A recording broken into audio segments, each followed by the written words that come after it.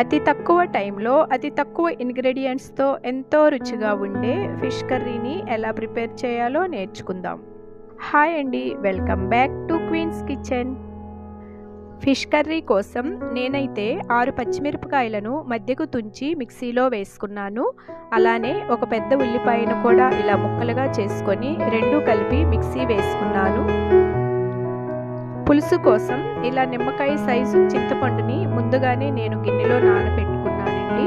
ఇలా పులుసు రెడీ చేసుకున్నాను. ఇప్పుడు 3 టమాటోలను కూడా తీసుకొని ఇలా కట్ చేసుకొని మిక్సీ వేసుకున్నాను.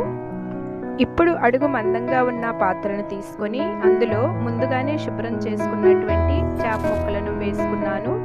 అయితే కొన్ని చేప ముక్కలే కాబట్టి 2 స్పూన్స్ సాల్ట్, 2 స్పూన్స్ కారం, 1/2 స్పూన్ పసుపు, ముందుగానే రెడీ చేసుకున్నటువంటి పచ్చిమిర్చి ఉల్లిపాయ పేస్ట్ను కూడా వేసుకున్నాను.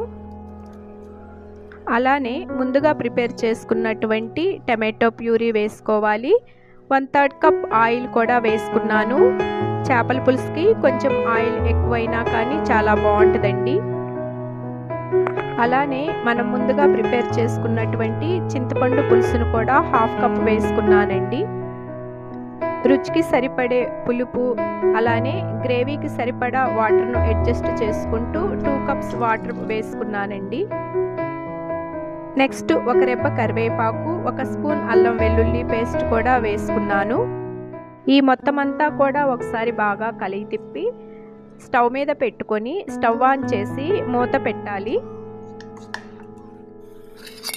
ఆఫ్టర్ 10 మినిట్స్ మూత తీసి చూసినట్లయితే చూడండి, ఆయిల్ చక్కగా పైకి తేలి కర్రీ ప్రిపేర్ అవుతుంది. ఇంకో 10 మినిట్స్ ఫ్లేమ్ని సిమ్లో ఉంచుకొని ఉడికించుకున్నట్లయితే ఫిష్ కర్రీ రెడీ అవుతుందండి. ఇప్పుడు మూత తీసి చూసినట్లయితే కూర రెడీ అండి. అయితే ఇక్కడ ఒక టిప్ చెప్పాలి. చేపల కూరని గంటితో ప్రతిసారి తిప్పకూడదు. అలా చేస్తే చేప ముక్క తురిగిపోతుంది. ఇప్పుడు ఫైనల్గా కొత్తిమీర వేసుకొని స్టవ్ ఆఫ్ చేసి మూత పెట్టాలి. అమ్మో, చేపల కూర నా వల్ల కాదు అనుకునే వాళ్ళంతా ఈ చేపల కూరని చాలా ఈజీగా చేసుకోవచ్చండి. ఇలా ఒకసారి ప్రయత్నిస్తే ప్రతి సండే కూడా మీరు ఫిష్ కర్రీనే వండుకుంటారు. మీకు కనుక ఈ రెసిపీ నచ్చినట్లయితే లైక్, షేర్ అండ్ సబ్స్క్రైబ్.